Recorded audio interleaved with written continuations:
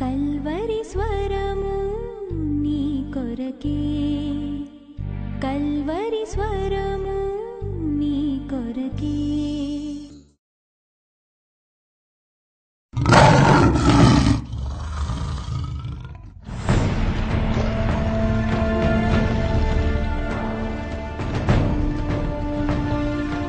దానియేలు 2వ అధ్యాయము. పాదములను వ్రేళ్లను కొంత మట్టునకు కుమ్మరి మట్టిదిగాను కొంత మట్టునకు ఇనుపదిగానున్నట్టు తమరికి కనబడెను. కొంత మట్టుకు పాదాలు, కొంత మట్టుకేమో ఇనుము, కొంత మట్టుకేమో మట్టి. పూర్తిగా ఇనుము కాదు, పూర్తిగా మట్టి కాదు, పూర్తిగా దేవుని పక్షం కాదు, పూర్తిగా సైతాను పక్షము కాదు, పూర్తిగా భక్తుడు కాదు, పూర్తిగా రిక్తుడు కాదు. జాగ్రత్త, ఇది అంచె దినాలకు సూచనగా ఉన్నటువంటి జీవితము. ఆ జీవితం నీలో కనిపించడానికి వీల్లేదు. ఎందుకని? ఈ జీవితము గలవారిని యేసుక్రీస్తు ఒక రోజు ఏం చేయబోతున్నాడు? అమాంతంగా వచ్చి నాశనము చేయబోతున్నాడు. ఆ జీవితము జీవించే వారితో పాటు నువ్వు ఉండమాకు, అటువంటి జీవితము నీలో ఉండనేమో మాకు. రెండోదిగా,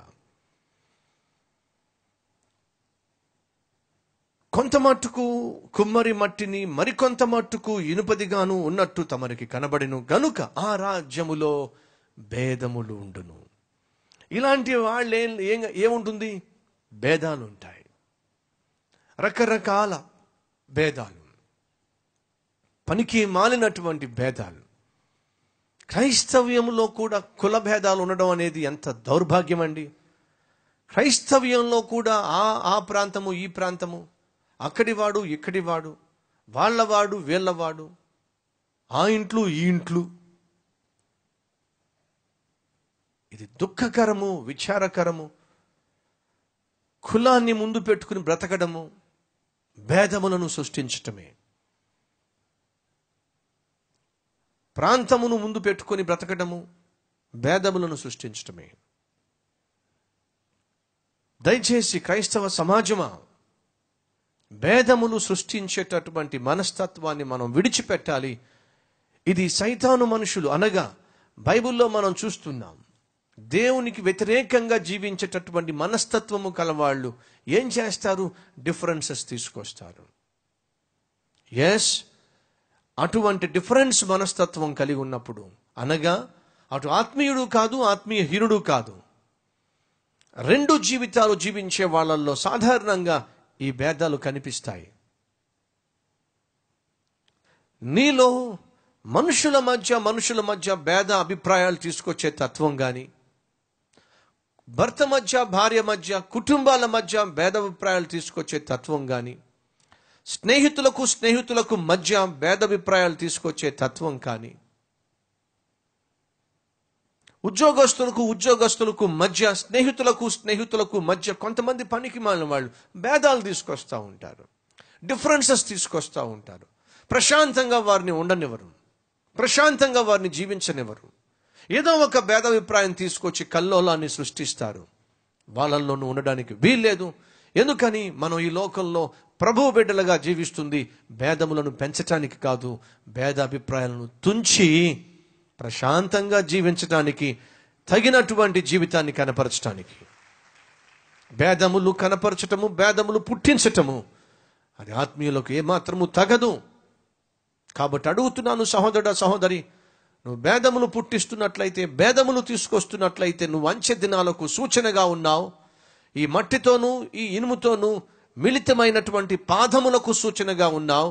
ఆ పాదముల మీద రాయి వచ్చి పడింది, ముక్కలు చెక్కలు చేసి పడేసింది. జాగ్రత్త, ఇటువంటి జీవితము జీవించే వారి మీద దేవుని ఉగ్రత వచ్చి పడుతుంది, దేవుని శాపము వచ్చి పడుతుంది.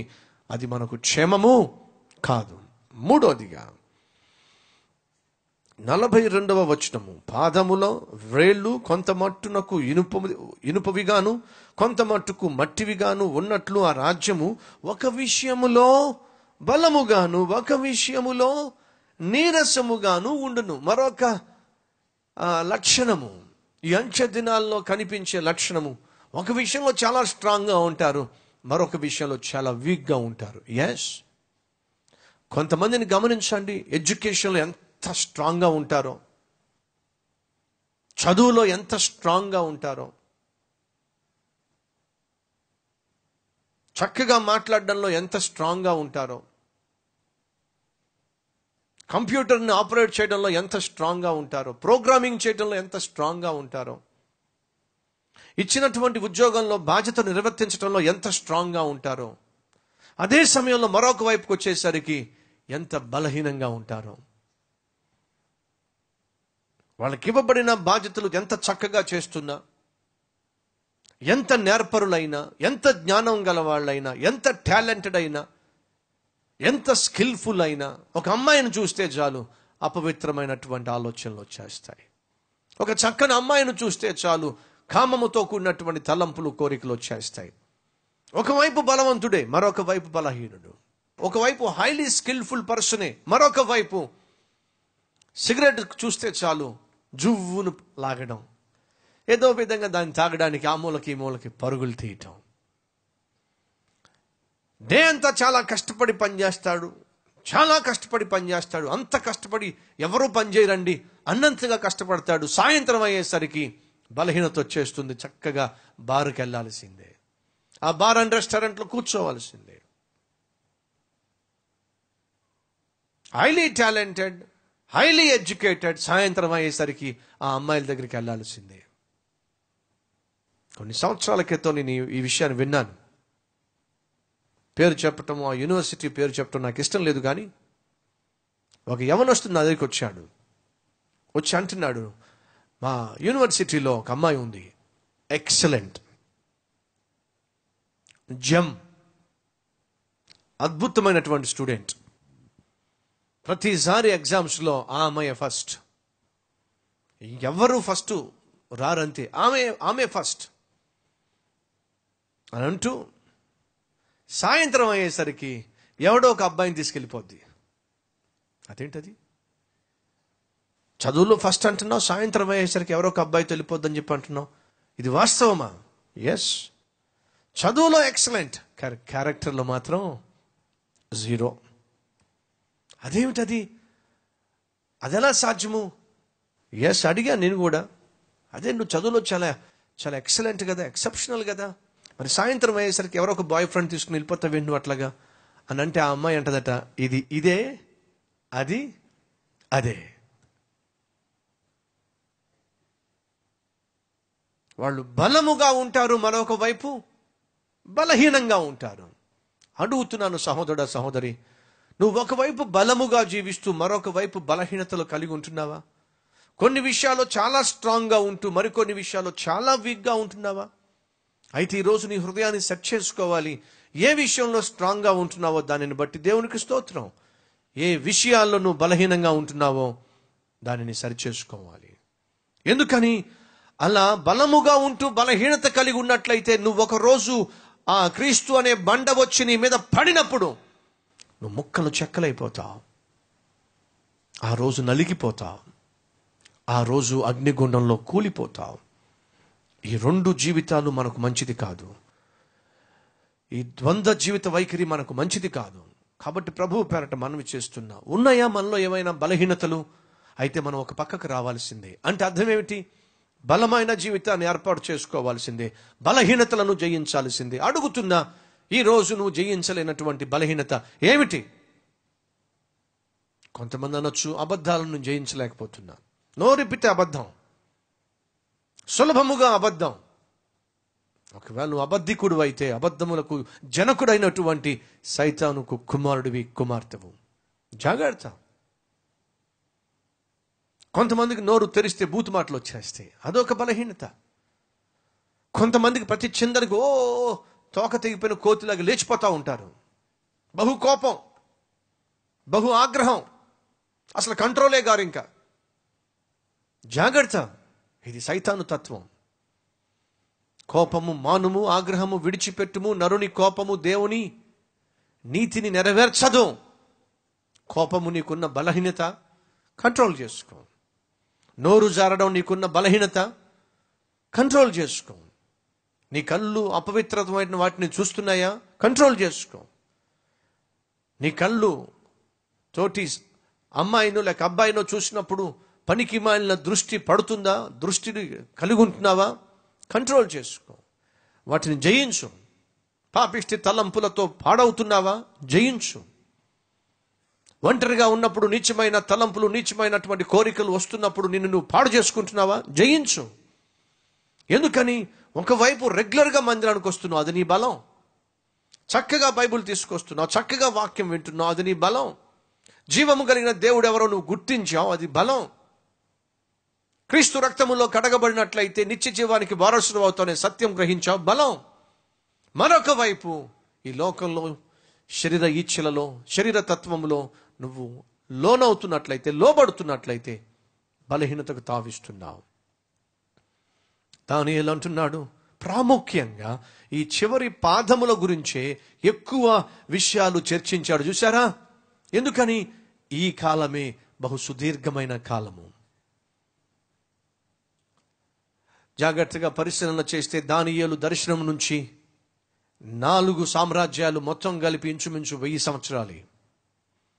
అనగా నెబుకద్నెజరు పరిపాలన కావచ్చు, మాదియా పార్షియుల పరిపాలన కావచ్చు, గ్రీసు దేశస్థుల పరిపాలన కావచ్చు, రోమా సామ్రాజ్యం యొక్క పరిపాలన కావచ్చు. ఈ 4 పరిపాలనలు మొత్తం కలిపి 1000 సంవత్సరాలు సుమారు. అది గడిచిపోయి ఇంచుమించు 1500 సంవత్సరాలు అయింది. అంటే క్రింద భాగము అనగా ఇనుము మట్టి కలిసి ఉన్నటువంటి పాదములతో కూడినటువంటి సామ్రాజ్యము, ఇదిగో ఈ రోజు మనం ఉన్నటువంటి సామ్రాజ్యము, ఈ రోజు మనం ఉన్నటువంటి అంచె దినాలకు సూచనగా ఉంది. ఇది సుదీర్ఘమైనటువంటి కాలము గనుక సుదీర్ఘముగా దీని గురించి దానియేలు మాట్లాడుతున్నాడు. అంతేకాదు, ఎక్కడా మంచిది లేనే లేదు, ఎక్కడా మంచిది లేనే లేదు. వినండి, బంగారము మంచిది, వెండి మంచిది, ఇత్తడి మంచిది, ఇనుము మంచిది. కానీ ఎక్కడైతే మట్టి ఇనుము కలుస్తుందో అక్కడ ఏముంటుందో తెలుసా మీకు? తుప్పు. ఏముంటుంది? నా మాట మీకు అర్థమైందా? మట్టి ఇనుము కలిసింది అనుకోండి, ఏమవుతుంది చెప్పండి? తుప్పే. ఇది తుప్పు పట్టిన రోజులు, తుప్పు పట్టిన యుగము. ఈ తుప్పు పట్టిన రోజుల్లో మనం ఉన్నాం, తుప్పు పట్టిన కాలంలో మనం ఉన్నాం. ఈ తుప్పు పట్టిన కాలంలోనే మూలకు తలరాయి అయినటువంటి యేసుక్రీస్తు రాబోతున్నాడు, వస్తాడు. ఖచ్చితంగా దానియేలు ముందే చెప్పాడు. ఎక్కడ వచ్చి ఆ రాయి కొడుతుందట? రోమా సామ్రాజ్యం రాలా. గ్రీసు దేశస్థులు పరిపాలిస్తున్నప్పుడు ఆయన రాలా. పార్షియా మాదీయులు పరిపాలిస్తున్నప్పుడు ఆయన రాలా. ఎప్పుడు వస్తాడో దానియేలు చెప్పాడు. ఎప్పుడు వస్తాడట? ఇనుము మట్టి కలిసిపోయి ఉన్నప్పుడు. అది చివరి పరిపాలన. ఆ చివరి పరిపాలనలో ఇప్పుడు మనం ఉన్నాం. కాబట్టి ఆయన వస్తాడు, ఎప్పుడైనా వస్తాడు. ఆయన వచ్చినప్పుడు, వినండి, ఆయన వచ్చినప్పుడు మనము 2 జీవితాలు జీవిస్తున్నా. ఆయన వచ్చినప్పుడు భేదములు కలిగించే జీవితములు జీవిస్తున్నా. ఆయన వచ్చినప్పుడు ఒకవైపు బలము, మరొక వైపు బలహీనతలు కలిగి జీవిస్తున్నా. ఆయన వచ్చినప్పుడు మరొకటి చూద్దాం రండి. మిళితమై 43వ వచనము, ఇనుమును బురదయు మిళితమై ఉండుట తమరికి కనబడెను గనుక అటువలే మనుష్య జాతులు మిళితములై. మిళితం అంటే అర్థం ఏమిటి? కలిసిపోవడం, రైట్? అంటే అర్థం ఏమిటి? కల్తీ. అంతేగా? మిళితమై, అటు ఇనుము ఇటు మట్టి కలిసిపోయింది, మిళితమైపోయినాయి. అసలు కానిది కలిసిపోయింది, కల్తీ. ఈరోజు పాలల్లో కల్తీ, పంచదారలో కల్తీ.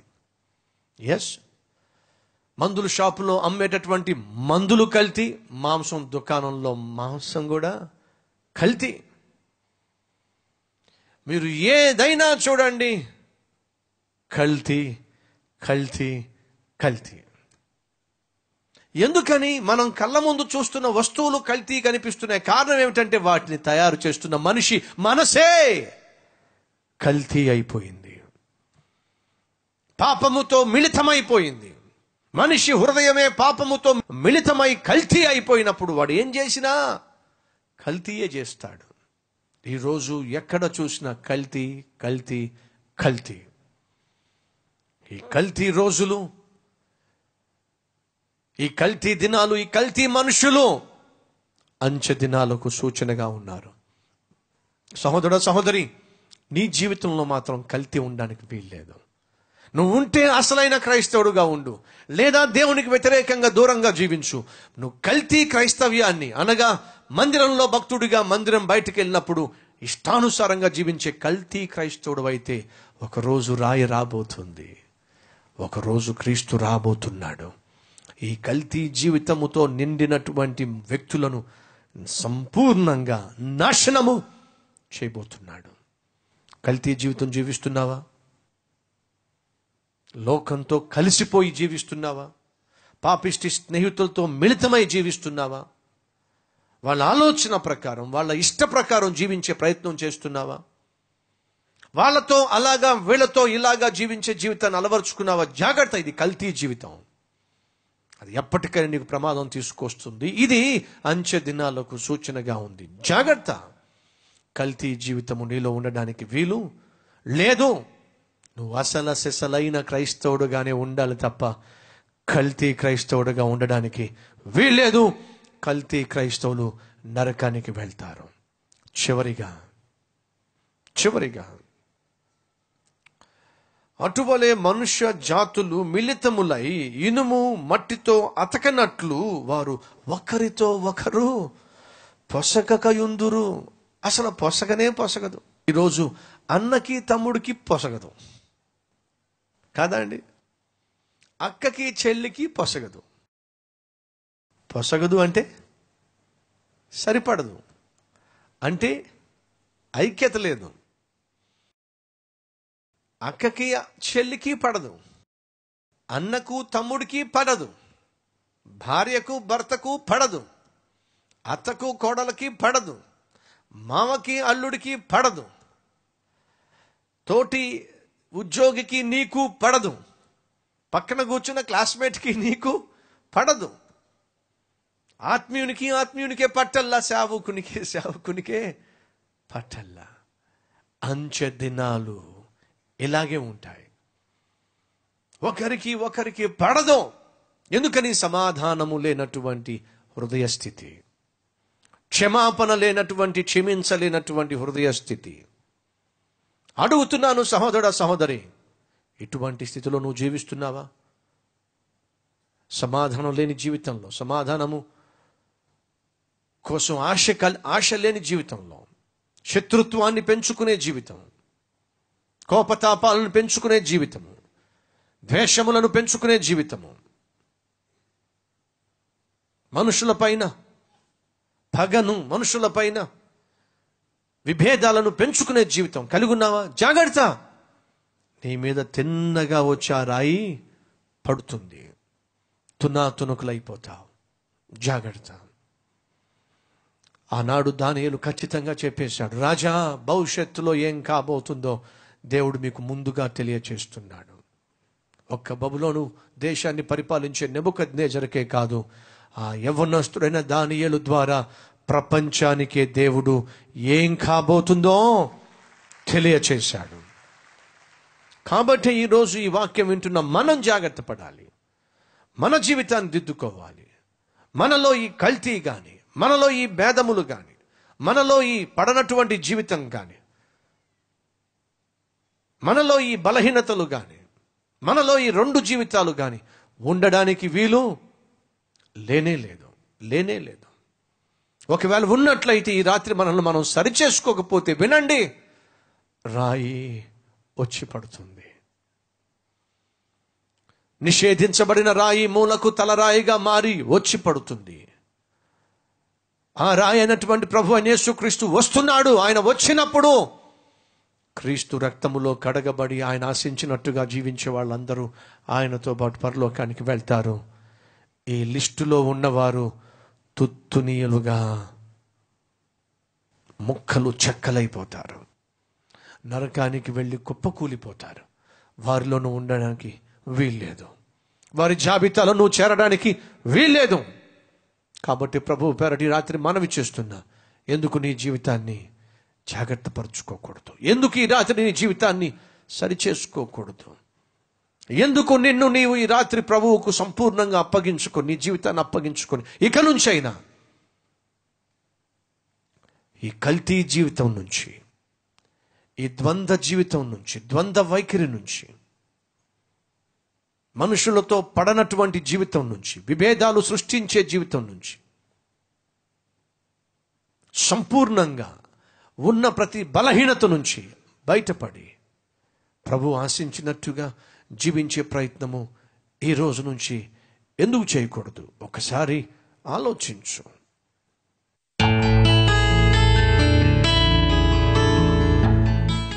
మహాపరిశుద్ధుడు అయిన ప్రేమ కలిగిన తండ్రి, అంచె దినాల్లో ఎటువంటి నాయన ప్రజలు ఉంటారో, ప్రజల యొక్క మనస్తత్వాలు ఏ రీతిగా ఉంటాయో 2600 సంవత్సరాల క్రితమే దానియేలు ద్వారా ఇంత స్పష్టముగా మీరు తెలియచేశారు నాయన.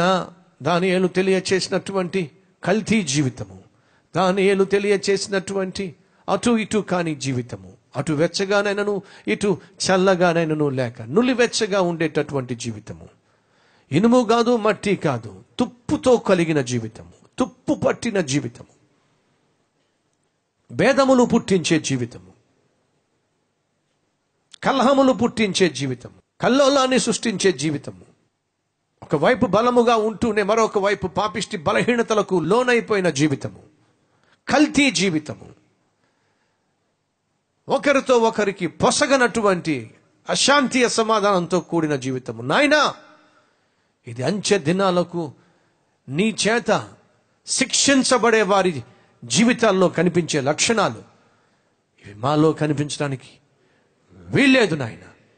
నన్ను మమ్ములను కనికరించి నీ రక్తములో మమ్మను శుద్ధి చేసి నీ రాకడలో నాయన ఆ రాయి మా మీద పడ్డానికి వీల్లేదు. నీ రాజ్యములో చేరే వారిలో మా పేరు లిఖింపచేసి నీ రాజ్యము కొరకు ఎదురు చూసే మహాభాగ్యం మాకు దయచేయమని.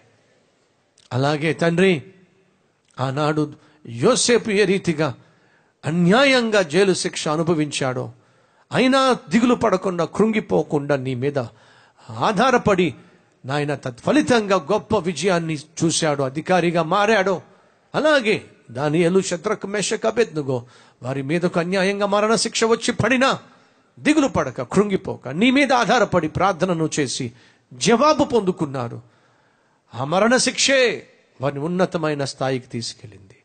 ఆ జైలు శిక్షే ఆనాడు దానిని నువ్వు ఆశీర్వాదకరంగా మార్చేశావు.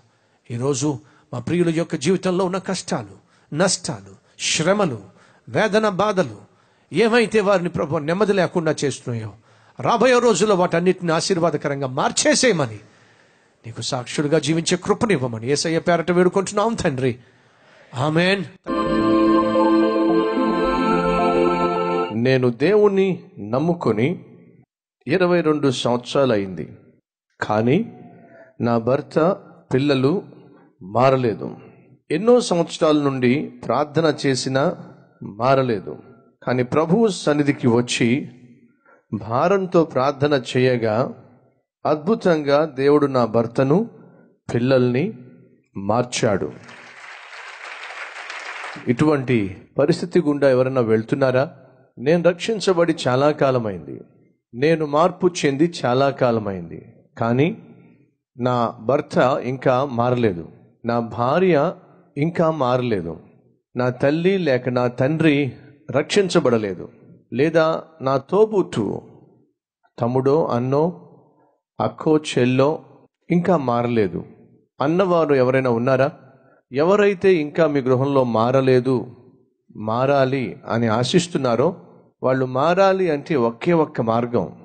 మొదటిగా నీ జీవితంలో వారు మార్పును చూడాలి. నీ జీవితంలో ఓర్పును సహనాన్ని వాళ్ళు చూడాలి. నీ జీవితంలో క్రీస్తు ప్రేమను, ప్రత్యేకతను వారు కనుగొనాలి. మార్పు చెందిన నీలోనే మార్పు లేకపోతే, మార్పు చెందవలసిన వారిలో మార్పు రానే రాదు. కాబట్టి ఖచ్చితంగా మారినటువంటి నీవు ఆ మార్పును క్రియల్లో చూపించాలి. 2, ఎవరిని గురించి నువ్వు మారాలి అని అంటున్నావో వారి గురించి తప్పక ప్రార్థన చేయాలి. 22 సంవత్సరాలుగా భర్త మారలా, ఆ తర్వాత పిల్లలు కూడా ఇంకా మార్పు చెందలా. కాబట్టి సహోదరి ఏం చేసిందట? భారంతో ప్రార్థన చేసిందట. తన వ్యక్తిగత ప్రార్థన సరిపోనప్పుడు మన మందిరానికి వచ్చి ప్రార్థన చేస్తూ ప్రార్థనా సహాయాన్ని కోరింది. ఎక్కడైతే 2-3 కూడి నా నామం పేరట ప్రార్థన చేస్తారో వారి మధ్య నేనుంటాను అని ప్రభువు అన్నాడు. 2-3 కలిసి ప్రార్థన చేయటం వాక్యానుసారం. ఆ విధంగా ప్రార్థన చేస్తున్నప్పుడు ఖచ్చితంగా దేవుని సన్నిధి అక్కడ ఉంటుంది. 2, ఎక్కడైతే 2-3 కూడి వేటిని విడుదల చేస్తారో దేవుడు వాటిని విడుదల చేస్తాడు. నీ భర్తకు రక్షణ విడుదల చేస్తే, భార్యకు రక్షణ విడుదల చేస్తే, బిడ్డలకు ఆరోగ్యము విడుదల చేస్తే, క్షేమాన్ని భద్రతను విడుదల చేస్తే వారు పొందుకుంటారు.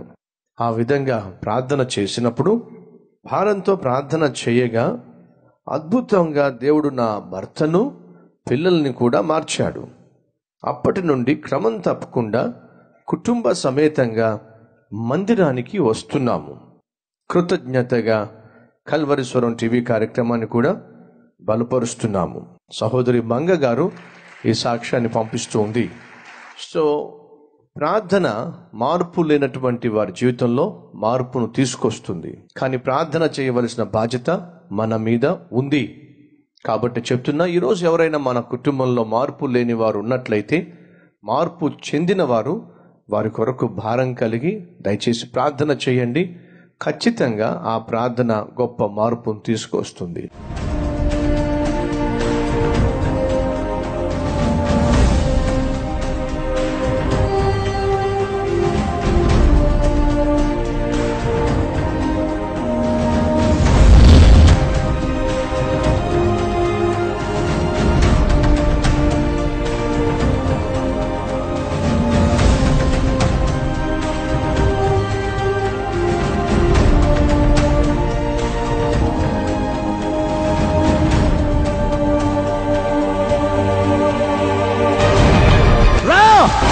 ఈ రోజు నీ జీవితాన్ని పరిశుద్ధపరిచి, నీ పాపములను క్షమించి, నిన్ను దేవుని బిడ్డగా, పరలోక వాసునిగా, వారసునిగా దేవుడు మార్చాలని ఆశపడుతున్నాడు.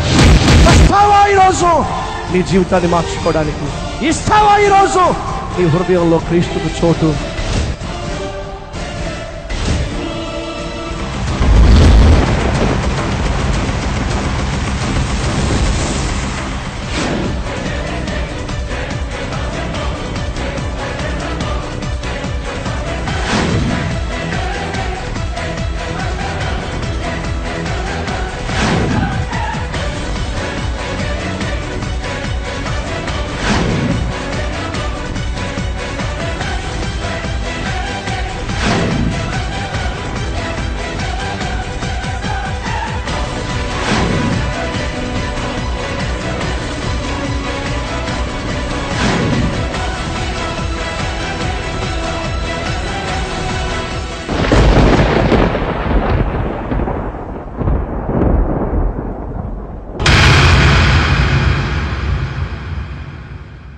Address Calvary, post box number 30, Kukatpally, Hyderabad 72.